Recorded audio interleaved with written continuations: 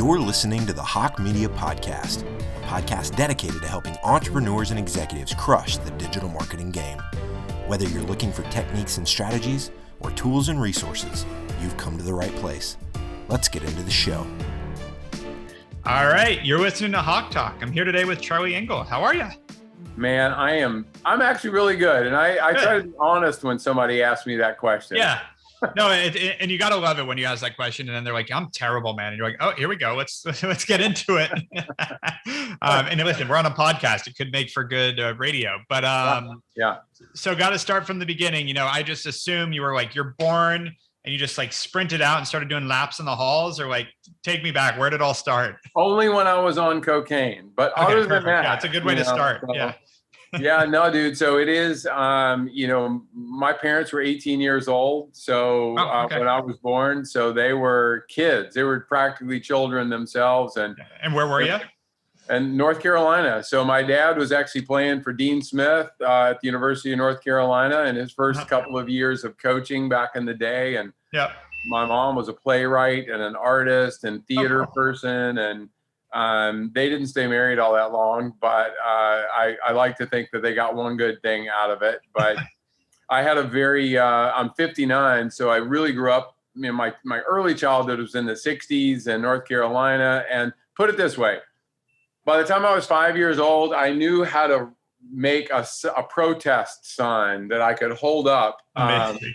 So I managed to protest pretty much everything from anti-war to gay rights in the 60s, which my mother was well ahead of the curve at the time. And yeah, it was a really interesting, it was an interesting upbringing, and one where I like to say that my mom taught me how to think and not what to think. Nice. Super liberal upbringing, but I came. Is that common in North Carolina? Very uncommon. Very uncommon. Thought so. Yeah. So, I'm of an age where, in fact, when I was in fourth grade, mandatory busing took place for me. So there were kids, in particular, African-American kids being bused into my school. Yeah. I had the good fortune of being a kid growing up in a household where it never occurred to me that I shouldn't be someone's friend. Right. And so, by the way, I had hair like halfway down my back as a kid. I looked like a little girl, and it was just, but that's the way it was for me. And then my parents were divorced early. My dad was in California, and he's also super liberal, but when I finally moved in with him as a 13-year-old, I'd never played a sport.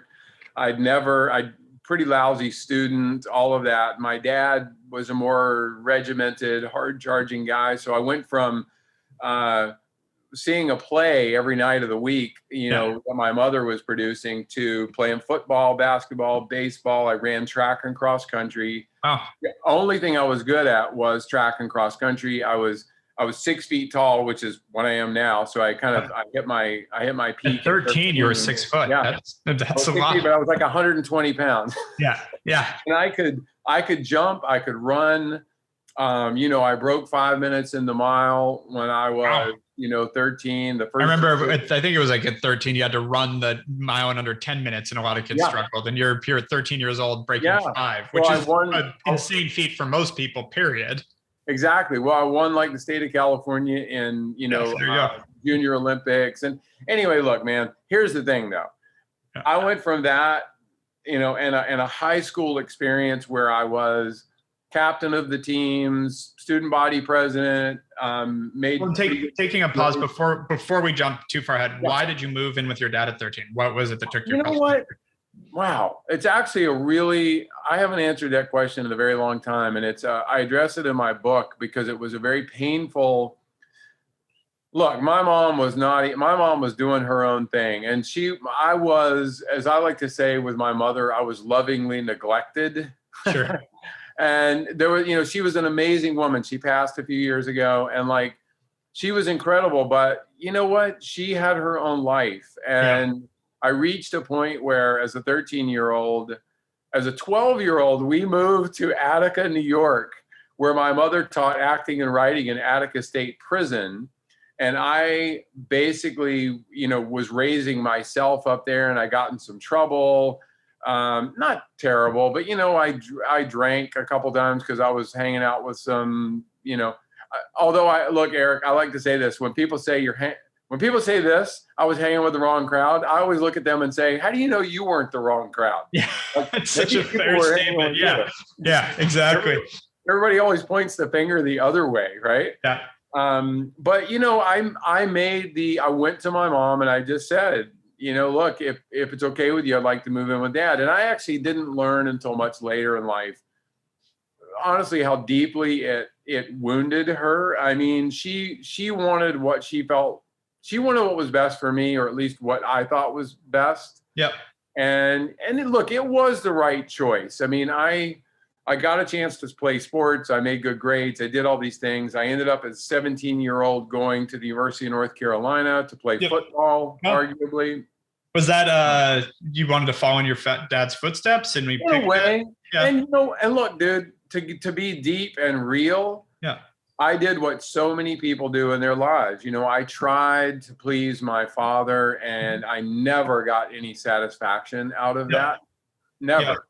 And it wasn't until much later in life that I understood that just simply wasn't going to happen. Like my dad respects, and again, he's still alive, and, God bless him, but, he respects money. Mm-hmm. He's not a passion guy. And, the fact of the matter is my goal has never been to make a pile of money unless it was to actually go do something. Yeah. Right. Sure. Yeah. And so I went to school at Carolina, UNC, as a 17-year-old freshman. I actually thought, and I am kidding, but I thought there would be like a banner on the dorm that said, welcome, Charlie. You're so awesome. Now we can all start our college experience. And it took like a week, maybe less, for me to figure out just how incredibly average I was. Like, well, yeah, you were the best in the state when you were in high school, right? Yeah, but there were 4,000 other freshmen at UNC. Yeah, exactly. They all had good grades. They all, they all had the same credentials I did. And so what I figured out pretty quickly, though, was that I was an All-American, first team, grade A drinker. There you go. Not something to aspire to. But the fact of the matter is, at that point, the drinking age was still 18 in North Carolina. So this is 1980. Yeah.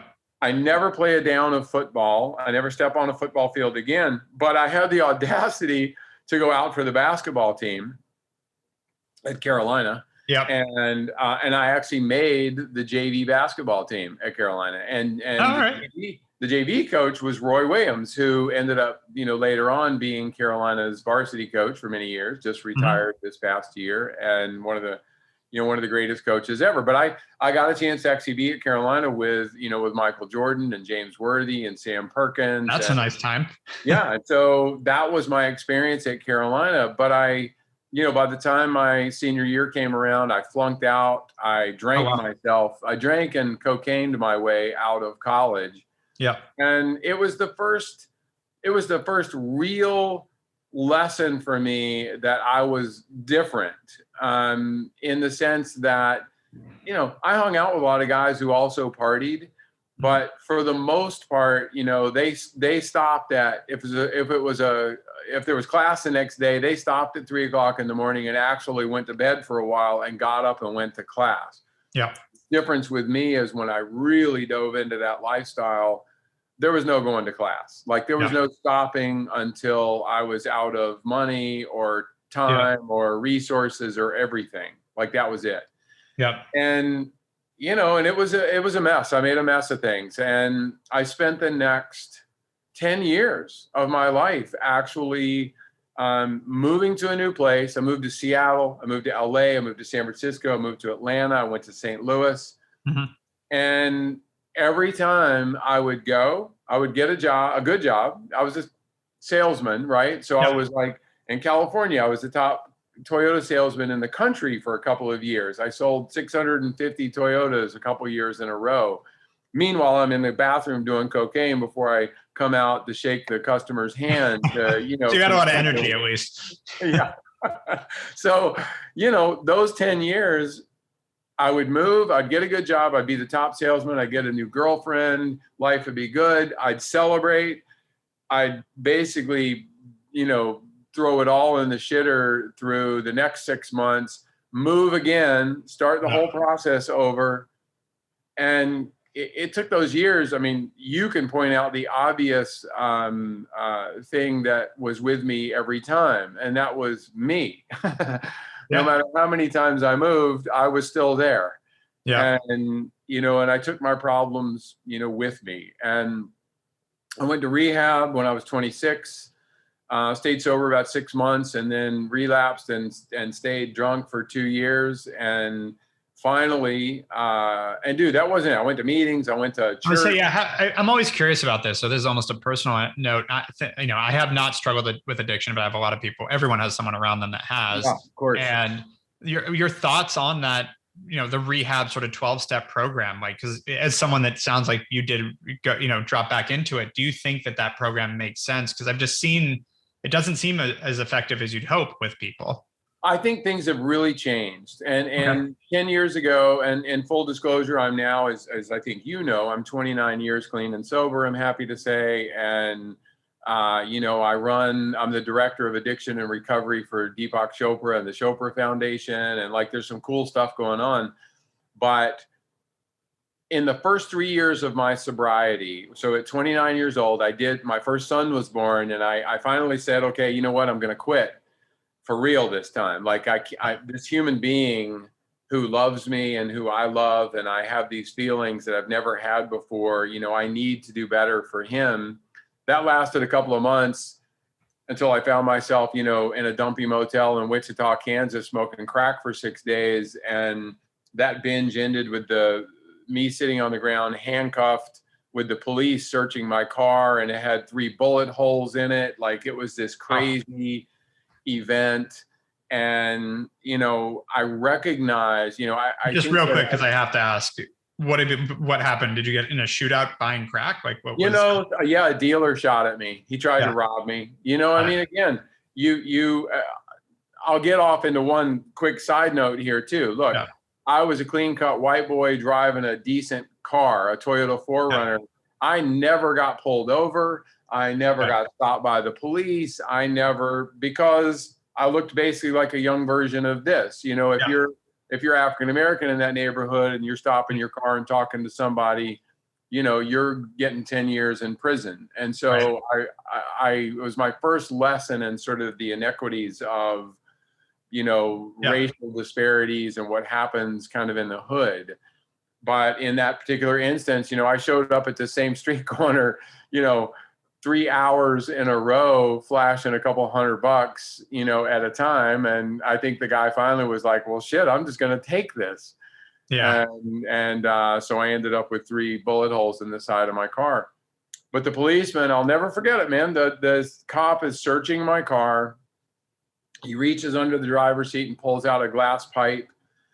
And, any remotely rational person would have been thinking, I'm in some serious trouble. This is, I'm going to be in a lot of trouble now. And all I could actually think, Erik, was, so that's where that was.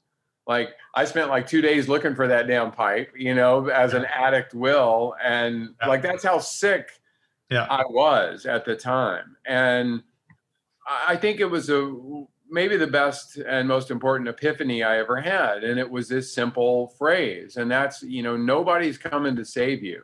Yeah. My newborn son certainly couldn't save me. My mother, my job, my friends, nothing outside of me could save me until I was willing to really make the commitment to change in my own life. And where was your son's mother?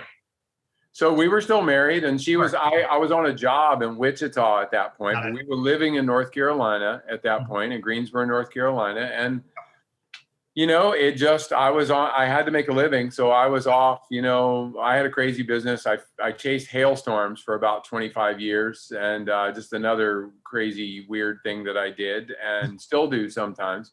Yeah. And I would take a crew and repair hail damaged cars. And so I ended up in Wichita, Kansas. And, and I always make jokes. If you can get sober in Wichita, Kansas, you can get sober anywhere, because it sucked.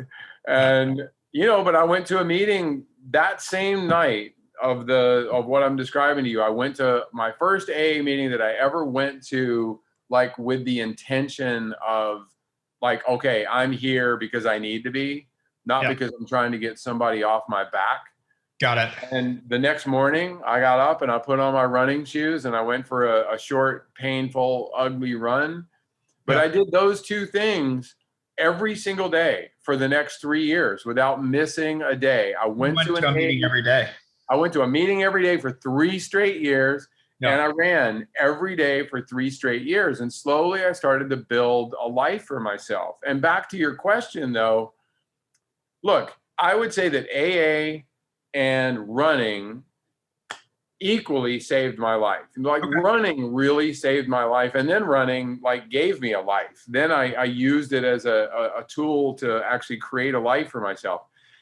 I think things have changed. What I don't like, and I'll get some nasty notes about this, but I'm not, the dogma that comes with AA and with 12-step recovery sometimes these days can be, it's not off-putting to me because I went through it.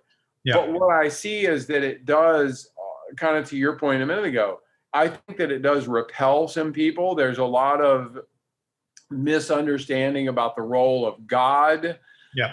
A God as we understand it. You can say that as many times as you want, but people who grew up in a church and maybe didn't have a great experience, they're still just hearing the word God and they're like, no, that's not for me. Yeah.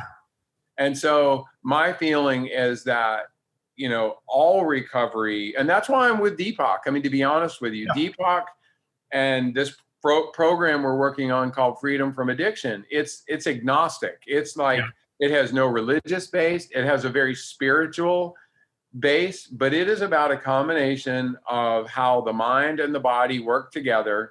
Deepak totally appreciates, because look, man, people who've gone into rehab. Here's what happens. You go into rehab, you get your ass set down in a plastic chair and you start therapy on day one, talk therapy.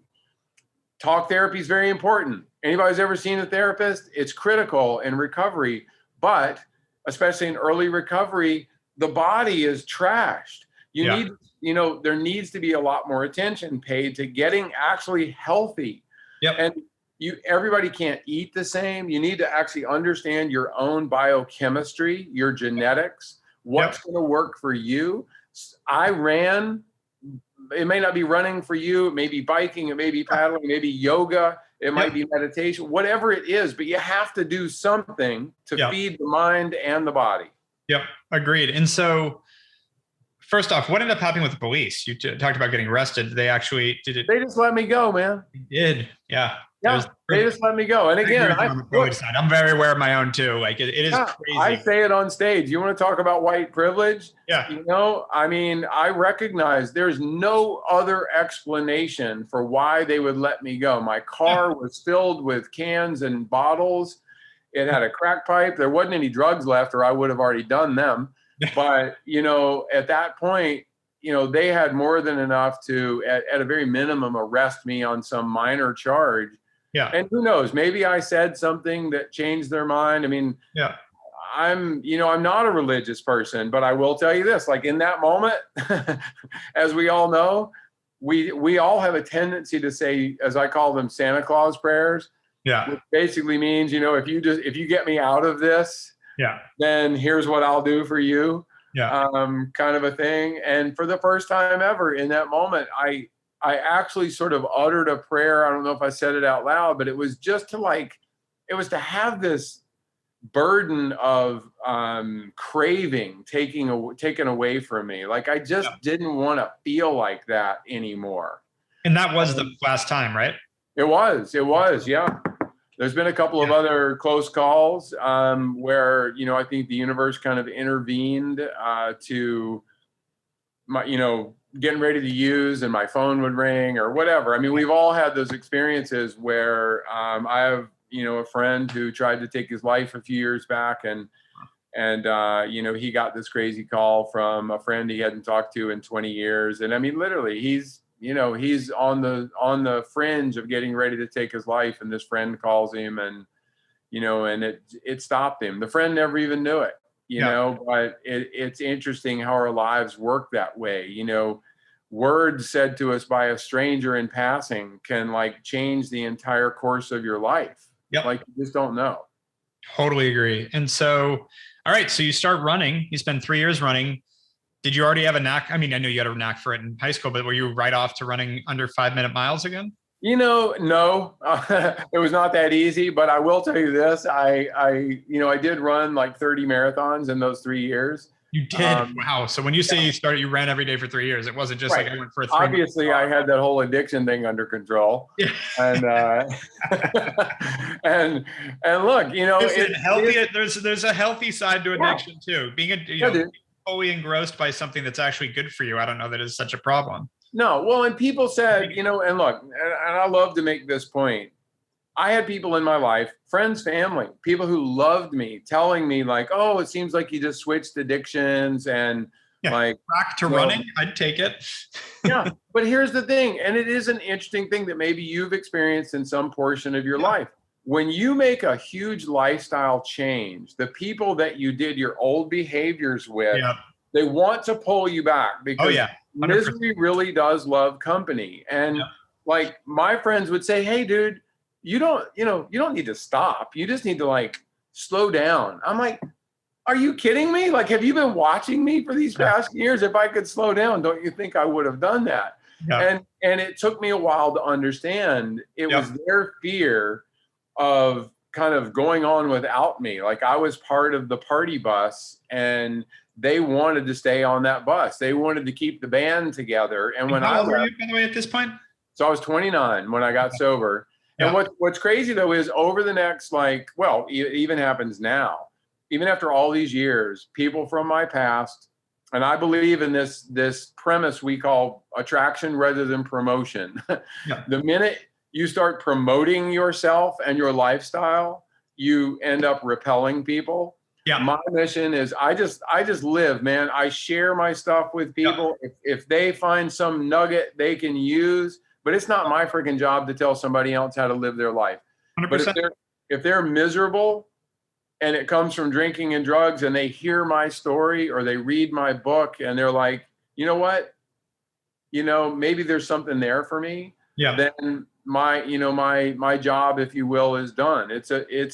We all relate to struggle so much more than we relate to success. Yeah. Because success comes in different packages, but we all struggle pretty much. Your struggles are going to look different than mine. Yep. But to you and for you, they're just as hard as mine. It's all relative. Your struggles comparatively to someone else might not be anywhere comparable, but to your own experience is relative, and it's a struggle for you, as I think what ends up being a struggle. Well, my highs have been higher than a lot of people, and my lows, as you know, have been lower than many, but I took that energy.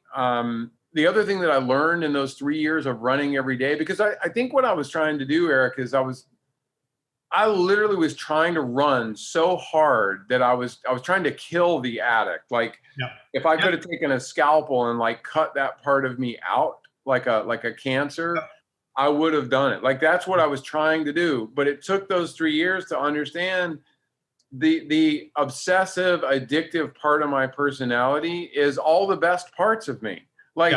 And it's the same for you're a successful guy. I'm not. You may not have addictive qualities when it comes to drugs and alcohol, but you can't, if you want to get good at something, you have to be obsessed. I totally agree. Yeah. It's obsession is the right word. Yeah. Yeah. And workaholic, all those things get thrown out for me.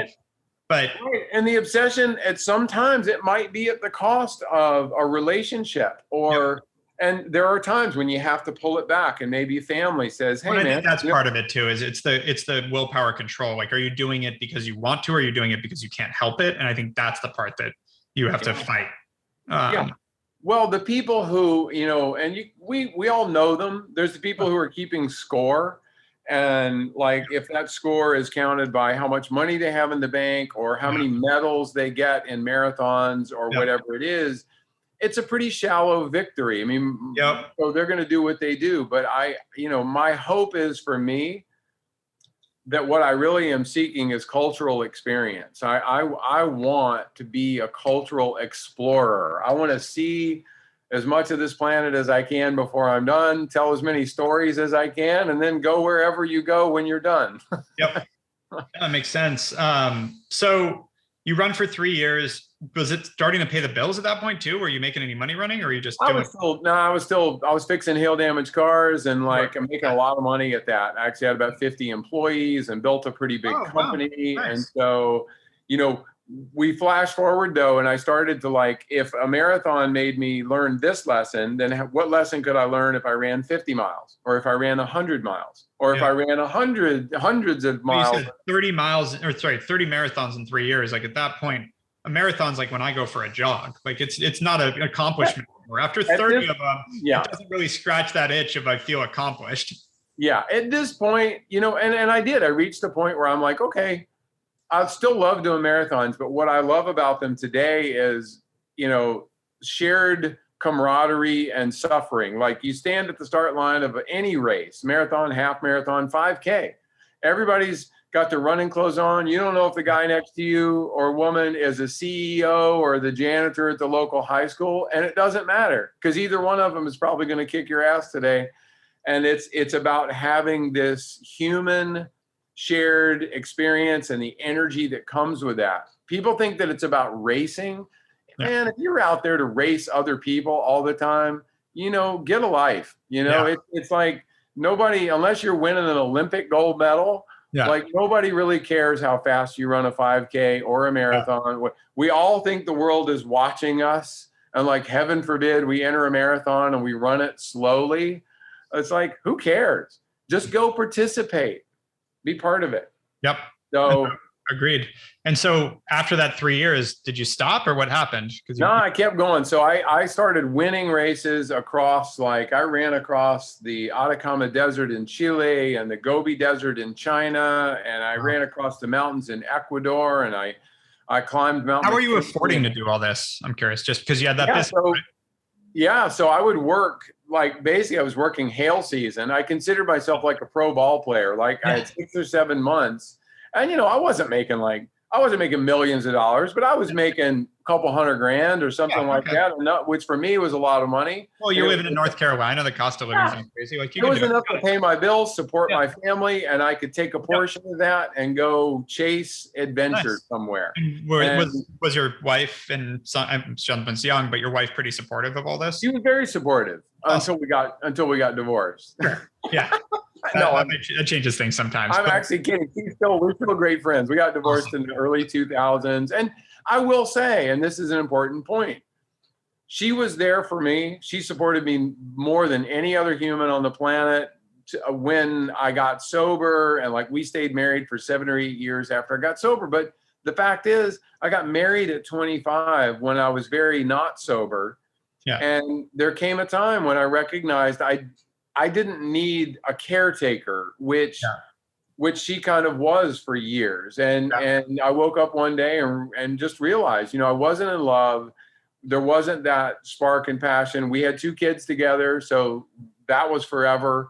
And so I needed to be honest and true to myself and still be loving and supportive of she and my kids. And, we got divorced. We moved from Monterey, California, and moved back to North Carolina where it was less expensive. And, we raised 2 great kids who are both, adults now. And, but she was supportive of the running. I mean, look, man, even today, and some of the other things I've done, we'll talk about it in a sec, but, my kids probably would have preferred I was around more. Yeah, those kids. You have kids, Erik? I don't actually know. Not yet. Okay, not yet. Well, when you do, the one thing I always tell parents that exist and parents who are going to have kids later, you don't give up your own dreams and your right to pursue your passions and the things you've spent all this time becoming the like fully formed human being that you are now. And too many people, they have a kid, they're like, okay, I can't do anything else anymore now. All of my attention has to go towards, raising the perfect child. Well, the perfect child is raised by taking that kid with you on adventures, right? And I mean, that's what I advocate for. So anyway, look, I became the senior producer. This is a crazy story, long winding road, but I was a senior producer for ABC's Extreme Makeover Home Edition when that show launched. So I worked on the pilot and I worked for the next 3 years on that show in the early 2000s. And like, it's how did that happen? Story. Well, I got featured on CBS 48 Hours back when it was a news magazine. I was a sober guy doing Mark Burnett's Eco Challenge, which was the precursor to Survivor. Yeah. And like, so I did all these eco challenges, and I carried a, like Survivor Man, I carried a camera with me everywhere, and I do these video diaries. Yeah. And I was I should be like a superstar on TikTok right now or something, because I was carrying a camera, and hopefully not in a totally narcissistic way, but if I did stupid shit, I showed it. If I did something smart, I showed it. If I did something interesting, I showed it. And that got me this job with CBS, with ABC's Extreme Makeover Home Edition, because Tom Foreman, who's probably the most prolific producer in Hollywood these days, this is another lesson, man. Always be nice to everybody, because you never know when they're going to be your boss. Yeah. He was the lowly field producer for CBS. Wow. 48 Hours. And I did this race in the Borneo jungle. Yeah. And he was this skinny 25-year-old Jewish kid out there in the jungle and totally out of his element. Like 3 years later, he ends up being the creator of Extreme Makeover Home Edition. And he called and he's like, look, I love what you do with the camera. You know, you're completely unqualified for this job, but if you don't tell anyone, then you can come work for me. And so I'm working on the show. Yep. I get this crazy idea. I'm at a race in the Amazon jungle, and I get an idea about running across the Sahara Desert. And I start telling people that I'm going to be the first person ever to run all the way across the Sahara Desert with no proof. I was gonna say, did you have any idea how to do that? Did you know? Oh, no. Yeah. If a sponsor asks me, like, are you sure you can do this? I'm like, oh yeah, no problem. Yeah. No, that's the way to do it. But yeah. But if a friend or family member asks me, I'm like, hell no, I got no idea how it isn't the Appalachian Trail or the Pacific Crest Trail. You can't go buy a book at Barnes and Noble about how to do this. But flash forward, because I don't want to spend too much time on this, but a friend of mine got tired of hearing me say I was going to be the first person to run across the Sahara. And look, everybody said, oh yeah, that's a good idea, but it's impossible. You can't. And by the way, were you still running all the time at that point too? Oh, yeah, dude, I was crushing it. And I was winning a lot of races and doing some cool stuff. What's your fastest marathon time, by the way? So it's a good story. I ran over a period of about 4 years. I ran 6 marathons that were 3:01 to 3:05. Yeah. And I was getting so frustrated, and I finally was like, screw it. I don't care about the 3 hour mark. And then I finally went and did. Once I stopped caring about it, I broke 3 hours, and then I broke 3 hours 50 times in a row. Wow.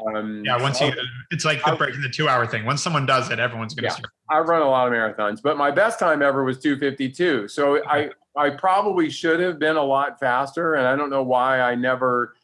All my other times would indicate by the matrix that I probably should have been able to run like a 2:45, but I don't know. I either just wussed out or never could figure out how to do it. But I got to run a lot of Boston. A sub 3 hour marathon. Yeah, sub 3 was great. And I always tell people, I'm like, look, you know what sub 3 makes me at Boston? Like 1,000th place. Is it really? I didn't realize it was that high. Jeez. It's crazy. Yeah. It's crazy. But and so for me, what I figured out was I started entering races like Badwater in Death Valley. Yeah. And like 135 miles across Death Valley in July. And I've been top 5 there like 5 or 6 times. Yeah. I started winning a lot of big races. And so when this guy suggested to me, this stranger, that maybe I ought to consider running across the Sahara, that's when I took possession of this idea. And I would tell people, and I say this quite often, because being a critic is the easiest thing in the world to do. telling someone who comes, you get this all the time. People come to you with a big idea or whatever, and you would never do this, but maybe you're the one going to them with a big idea and they're saying, oh, that's great, Erik, but it's not possible. Yeah. All the time. Anyone that tries to achieve anything gets to hear that's the dumb idea or that's impossible. It's the easiest thing to say. And I fully let those people own the impossibility, and I took full possession of all that was possible. And maybe the addict in me also caused me to like dig in my heels and say, you know what, I'm doing this. Yeah. So a friend of mine introduced me to a guy named James Mall, and James Mall had won the Academy Award for Best Documentary a few years earlier for a Steven Spielberg movie. I go in, I tell him this idea of Run Across the Sahara. It's the worst pitch I've ever given in my life. And he stands up at the end of the meeting and puts out his hand and he's like, I'll do it. A week later, he calls me. How much did you need for it, by the way? Pardon? How much did you need? So I was pitching him $1 million, but look, dude, I was trying to get a friggin' student director. Like I didn't think he was going to do it. Yeah. A week later, he calls and he's like, hey, I just hung up with Matt Damon, and Matt would like to executive produce this project, and he also wants to narrate. Would that be okay with you? And I shit you not, I said to him, I took a beat. I was very quiet. I said, man, I was really hoping for somebody better, but yeah, I guess Matt Damon would be fine. So to be clear. Are you kidding, or did you not like Matt Damon? No, I loved Matt Damon. I just thought it was, I consider myself to be funny. So I thought it was a good story beat. But, I now have 2 Academy Award winners attached to a project about me running across sand. Yeah. And by the way, Hans Zimmer ended up doing the score for the film. So I got these 3 Academy Award winners. So I am a good salesman. Never forget that. I was gonna say, at what point did you go, how the fuck did this just happen? Yeah. Well, I woke up like 6 months before the expedition at like 3 a.m. one night. And I was like, holy shit, I have to run across the Sahara Desert. Like, yes, I should probably start training for this. Cause I was, you know how it is, logistics. It's like launching a business. Like you're doing everything but the core thing. You're taking care of all these pieces. But a year and a half later, there I am on the coast of Senegal in the Sahara Desert. And I've got 2 teammates with me. One of them, by the way, was the asshole who said, hey, you ever think about running across the Sahara? So I said to him, I made him go with me. Yeah. And there's camera crews, a support team. Everybody's excited. All I can think is, I have suckered all of these people out here to the Sahara, and we're all gonna die. Like this is not doable. And 7 days later, my 2 teammates, it was 140-degree ground temperatures every day. 7 days later, my 2 teammates are on IVs. I've had 2 support people quit. We've been lost in sandstorms. We've run out of food and water. Like we've covered half the distance we were supposed to. And it seemed like the expedition, I mean, LA, they were going to pull the plug. I mean, it was going to be a big embarrassment. I got them to hold off. And I recognized in that moment, Erik, and it's probably the most serious thing I'll say, is I was going about it all wrong. I was so focused on getting to the end that I forgot the basic lesson of sobriety, which is one day at a time. We all know the mantra. Yep. Like the only miles I could run were the ones right in front of me. I couldn't, you can't do tomorrow's miles today. You just have to get through this, and then you get a chance to get through that. Yep. And, again, ultimately we end up making it all the way across the Sahara. I ran 2 marathons a day, every day, for 111 consecutive days without taking a day off. So what is it? It's 5,000, 6,000 miles? We basically ran, well, it ended up being because of that first week and we had a little lower mileage, but we basically, for over 100 of those days, we ran 2 marathons every single day, but we never took a day off in 111 days. We ran across Senegal, Mauritania, Mali, Niger, Libya, and Egypt. Matt Damon and I actually created H2O Africa, and I raised $6 million during that time period. And today, H2O Africa is known as water.org. Yep. And it's the world's largest clean water nonprofit. Also one of the best Entourage episodes ever. Exactly. Thank you very much. And it came out of, Doug, by the way, the producer Doug was on the podcast too. That's why I mentioned it. Oh, funny. Nice. Yeah. Well, you know what's funny is people hear my ideas sometimes, and like the Sahara, and they always want to know what the result is going to be before you do it. And I get that's the way business works. Everybody wants to know all the answers. Well, James Mall, to his credit, the director, we're in Senegal before that whole thing started. And the day before, he looks at me and he says, "So, what do you think this movie is going to be about?" and I basically said to him, "I don't know, but if we make it all the way across, I think some shit's going to happen." Yeah. And that's basically what it was. And too often, we want to know what the ROI is, right? We want to know before we do it what we're going to get, what's going to happen. And as a culture, as a society, we've kind of forgot the value of just taking on a big adventure and not knowing where it's going to go. Yeah, no, I agree. That's the sense of adventure. If you know where it's going to go, it's not really an adventure. Yeah, exactly.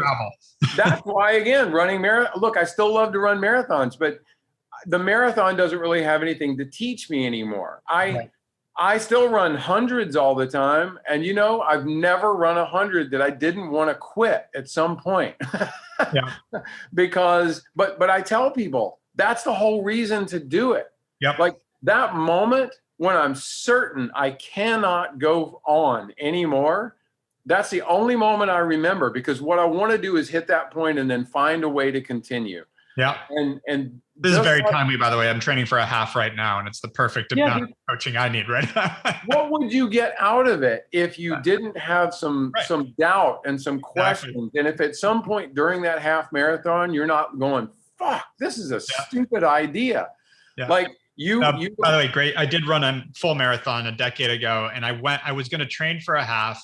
I was sitting with my stepdad at the time. I was, more than a decade ago, like 13 years ago, I was 22. And I was like, I think I'm going to train for a half marathon. Never a runner, never a distance runner. And my stepdad looks at me, and so at that time, he's probably late 60s, still running like 8 miles a day. He was a runner. And he goes, "What are you, a pussy? You're 22 years old. Go run a full marathon." Like, okay. And so literally signed up right there with 4 months of training left. That's fantastic. But it is a point, right? Because if you can run a half, you can run a whole marathon. If you can run a whole, you know what? You can run a 50 miler. Like the danger of you knowing me at this point is that I will probably talk you into something really stupid at some point. Perfect. Matter of fact, I'll even plant the seed now, because I don't know how much more time we have. I've got time, but you may have to go. In a few minutes. My 30-year sober anniversary will be July 23rd of next year. And at Ashley Addiction Treatment Center, which is up in Maryland, I'm going to be running for 30 straight hours on their campus. Wow. So every year on my sober birthday, I run the same number of hours to equal the years that I've been sober. And we're doing this as a festival, though. Deepak's coming. Amazing. I'm trying to get Russell Brand to come. I'm trying to get Rich Roll to come. I'm trying to get, there will be 1,000 people there, not to honor my sobriety, but to come honor something that's important to you. Run for 3 hours, walk for 4 minutes. I don't care, but come with an intention to come do something. So you're gonna you got to send me info. I'm actually interested for sure. All right, so as we said, time's coming up. So after you got to get me to prison. We won't. Did you go to prison after this? I did. Oh yeah, I don't even know this story. So it's you don't. Oh my God, dude! So across the Sahara. Then what happened? I've got to send you my book. All right, look, and I will keep this part short. We can take a few minutes. It's okay. This is the and like, look, I mean it when I say, in a weird way, this is the crux of my story. The Sahara brought an amazing, like I was on Jay Leno. I signed with William Morris. I got agents for speaking and books and everything else. I got all these great things that happened. I was on NPR. My joke is I got to be on Fresh Air with Terry Gross, and that was like a highlight of my life. And a couple years, life was good. I was speaking all over, doing things, whatever. I come back from running errands in Greensboro, North Carolina, and one day, a couple years after the Sahara, and I see movement, and 6 armed federal agents came out of a coffee shop in my building, handcuffed me behind my back, put me in a police car and took me downtown in Greensboro and put me in jail overnight, where I sat there not knowing, having no clue as to what was going on. Wow. The next morning, I'm handed a stack of papers that's a federal indictment, a 15-count federal indictment. Unbeknownst to me, while everyone else was watching Running the Sahara and water.org is exploding and all this, one single IRS agent in Greensboro was not impressed, and he decided that he was going to open an investigation into my taxes. I pay my taxes, so that came up completely empty. But to skip to the punchline, this is 2010. So how old are you? 35 in a week. 35. All right. So you're old enough to remember 2010, the mortgage crisis, the world is falling apart financially. I become the only person in the United States to be charged with overstating my income on a home loan application. And for that, I could be charged, I could be sentenced to 20 years in federal prison. And Jesus Christ, I didn't even know that. It was a crazy mixture of, I had just enough notoriety, but I didn't have any money, not to speak of. You get charged with white collar crime in this country, $500,000 to a white collar attorney. That's the starting point. Right. I didn't have that kind of money. And so I had a public defender. I had just enough notoriety to make me interesting, though, and they knew I couldn't really afford to defend myself. So I take this to trial. I go to trial against the feds and 98% of people in this country take a plea deal because you're not going to win against the feds. Yeah. Long story short, I was found not guilty of providing false information on a loan application, but guilty of mail fraud because I signed a closing package for a house, for a property. I put it in the mail. It included false information. I didn't put it there. Mortgage broker admitted at trial. He falsified a loan application. He signed my name to it.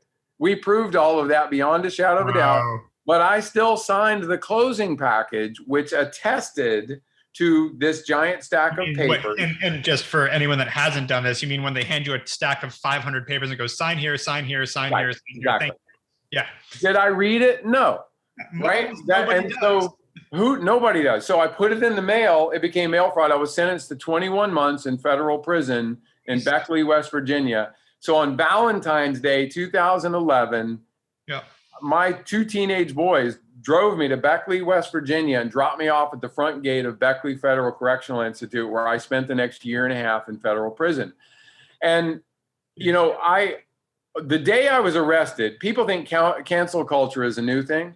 The day I was arrested in 2010, I was booted off the board of my nonprofits. I lost every sponsor, every speaking gig. I mean the next day, like not when I went to trial, anything else. It's guilty till proven innocent. Right. Exactly. Thank you. And this is all by the way, New York Times had me on the front page.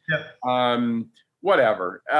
The point of this part of the story, though, is actually, if you can believe it, 10 years later now, it's been 10 years since I got out of prison. I would not change it. It took me a long time to get to this point, and maybe it's just the convenient way we remember things in our lives. But what ended up happening there is what I said earlier, attraction rather than promotion. I was angry. I was sad. I was scared when I got there. But I recognized that my happiness was still entirely up to me. Yep. Even in that place, nobody else could screw up my life but me. Yep. So I started to run every single day, and people made fun of me. I did yoga on the softball field by myself, which if you ever go to federal prison, I don't necessarily recommend that. But doing yoga? The yoga, or the prison. But fair enough. When I got there, there's 500 guys in this prison. When I got there, there were no runners, not like everyday runners. By the time I left, a year and a half later, I had a running group of 50 guys. I had a dozen guys who'd lost more than 100 pounds. Wow. I had 25 dudes doing yoga with me on the softball field 3 days a week.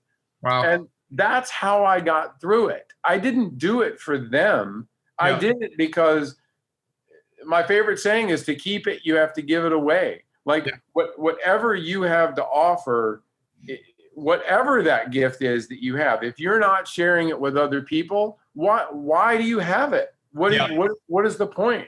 Yeah. So that really changed my life. And it led me to the final thing I'll tell you, which is my next expedition is from lowest to highest. I was gonna say, well, just real quick, because it's been 8 years since you got out of there. So have there been any other big TV shows, big adventures in the past 8 years, or have you been planning for this? Tons. When I got out, I basically just picked up where I left off. And okay, you saw the movie 8 Mile, right? Yeah. With Eminem. I love to ask people this, and like, you saw it, right? Yeah, definitely saw it. Okay, you remember the movie well? The last rap battle in the movie? Yeah, you remember what happened, right? Yeah. So Eminem goes first, and what does he do? He takes away everything they can say against him. Exactly. Yeah. So when I'm on stage, like I just signed with Tony Robbins. I've got 20 speaking gigs next year with Tony Robbins.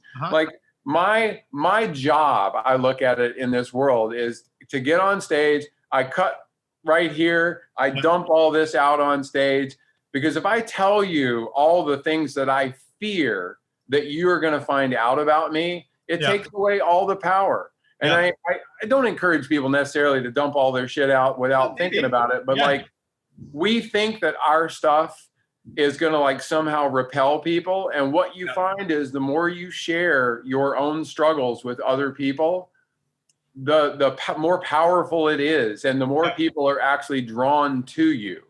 Yeah. And so 2 more questions. You're about to get to one of them. What's next? Let's hear about it.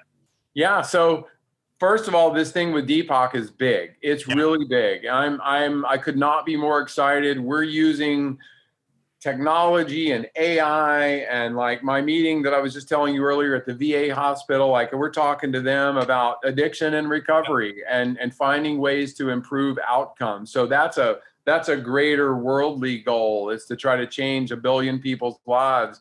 Yeah. But the tangible thing that I'm doing that I love is I'm going from the Dead Sea, which is the lowest elevation on the planet, to the top of Mount Everest, which, as we all know, is the highest elevation. And the idea came to me actually while I was in prison, because, we all essentially go through this never-ending roller coaster of low places and high points. And the lows last too long and the highs pass by too fast. But I decided to put a literal spin on the metaphor. Oh, it's amazing.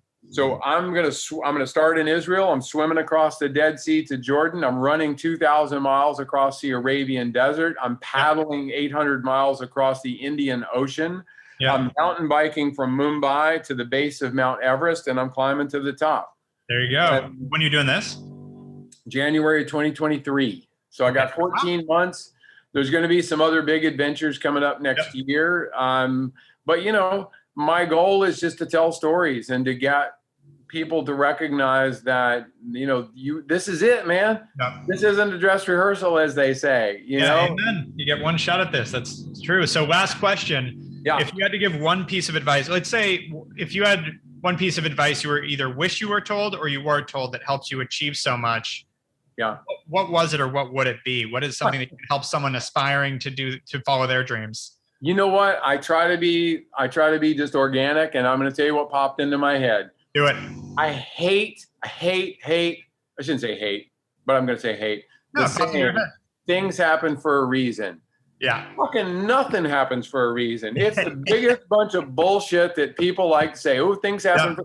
Nothing happens for a reason until you figure out what you're going to do with it. Yeah.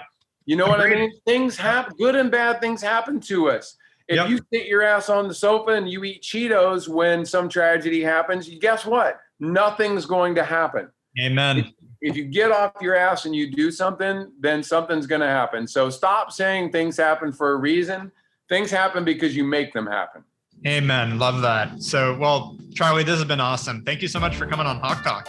Brother, I as you can tell, I had a blast. Me too. Thank you. You've been listening to the Hawke Media podcast. To ensure that you never miss an episode, make sure to subscribe to the show on iTunes or your favorite podcast player. Thank you so much for listening.